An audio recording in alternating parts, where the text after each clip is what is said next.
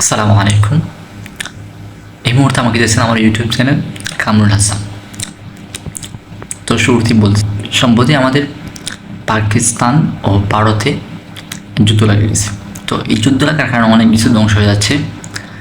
যেমন আমাদের ক্রিকেট পাড়ার যে আইপিএলটা ছিল ধ্বংস, অলরেডি সব কিছু স্থগিত হয়ে গেছে। এদিকে পিএসএলের পিএসএল লিগ যেটা ছিল ওটাও শেষ হয়ে গেছে। অলরেডি অনেক কিছু শেষ হয়ে যাচ্ছে। আমার সাথে কিছু বন্ধুত্বপূর্ণ সম্পর্ক ছিল, ওইটাও শেষ। এখানে কারোর লাভ হবে না, সবারই লস হবে, কারোর লাভ হবে না। এ পার্টি দেবে বোমা, এ পার্টি দেবে বোমা, কী হবে? মানুষ মরবে, তাতে কোনো লাভ হবে না, সবার ক্ষতি।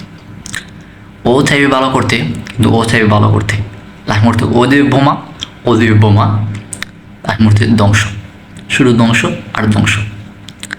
এভাবে হলে কোনো কিছু হবে না। আমার মনে হয় যে এখানে কেউ বিজয় হবে না, সবাই পরাজয় হবে।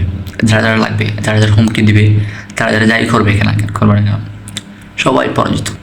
কারণ দেখেন, আপনার কোনো লাভ হচ্ছে না, আপনি কেন যুদ্ধ করবেন? আর আমাদের বাংলাদেশের মানুষরা লাফায় বেশি, ওরা বোঝে না যে ওদের উপরেও আসতে পারে বিপদ।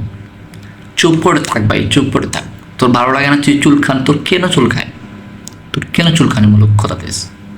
চুলকানিমূলক কথা বলা যাবে না। তুমি তোমার দুই দেশ নিয়ে ভালো থাকো, তোমার দেশে তো ওরা কিছু করতেছে না, তাই তুমি কেন ওনাদেরকে বলবো? না না, এটা বলাই যাবে না। কারণ ওদের চুলকানি যদি উঠে যায় তাহলে আমাদের শেষ। আমাদের কোনো কিছু নাই, বোমা নাই, কোনো কিছু নাই। আবার কিছুদিন আগে আমরা মারপিট করলাম, আবার তো মারপিট করি তাহলে এমনি শেষ। রক্তাক্ত দেশ ছিল, এমনিতে রক্তাক্ত হয়ে যাবে।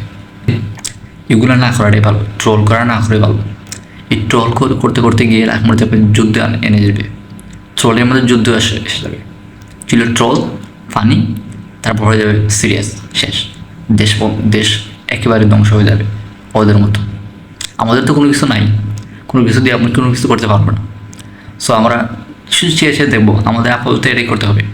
আর যদি পারি তাহলে কোনো কিছু বলার দরকার নেই, বললেই বেড়া লেগে যাবে, তো কোনো কিছু বলা যাবে না।